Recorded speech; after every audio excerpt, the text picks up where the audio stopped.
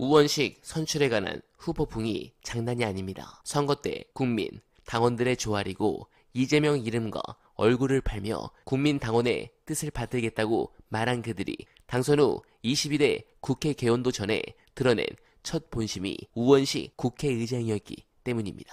관련해 오늘 오전 화제가 된 분석 보시고 이어가 보겠습니다. 대중정치를 하려면 이번에 추미애 당선자가 받았던 당원들의 지지층의 압도적 지지 그 성격을 이해하고 그 목소리를 들을 수 있어야 합니다. 그거는 이제 의원 개개인에 대한 호불호, 그러니까 추미애 좋다, 우원식 싫다 그런 차원이 전혀 아니었거든요. 그 목소리에는 추미애 법무장관 그리고 윤석열 검찰총장 시절에 대격돌이 있었는데 지금 돌아보면 추미애가 옳았구나. 이번에 그에 대한 정당한 보상을 받아야 된다. 그런 정의에 대한 감각도 그 목소리에 들어있는 거고요. 또 법무장관 추미애가 검찰총장 윤석열을 여론의 지지도 없는 상황에서 그런 상황에서도 아주 터프하게 상대하던 모습을 이미 봤기 때문에 이제 국회의장 추미애가 대통령 윤석열을 제대로 응원받으면서 터프하게 다루는 그런 통쾌함을 기대하는 마음도 그 안에 들어있었던 것이고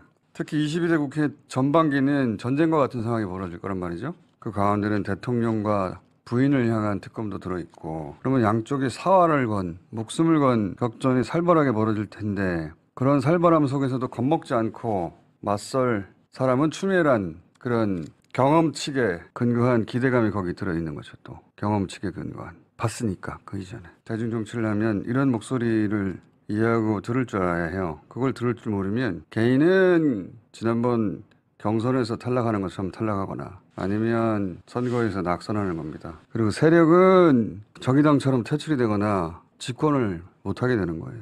지지자와 당원들은 이제 지지자와 당원들이 주인인 정당을 표방하면서 당원 혹은 지지자인 내가 앞에서 이야기한 그런 절실한 마음을 담아서 나의 대리인이라고 생각한 이번에 당선자들한테 요청을 했는데 그 목소리를 외면하는구나. 여기서 오는 배신감이 있어요.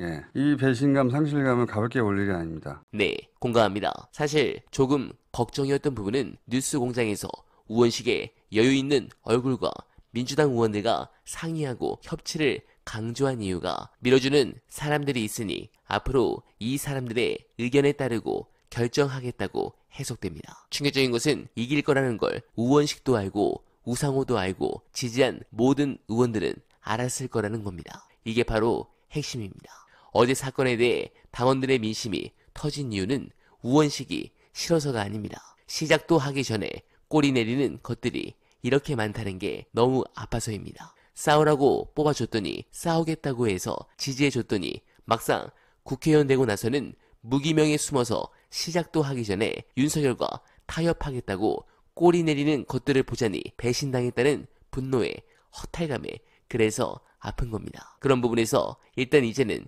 민주당 국회의원 못 믿겠다. 모든 결정에 당원들 표가 있어야 한다는 주장이 나올 수도 있겠다 싶습니다.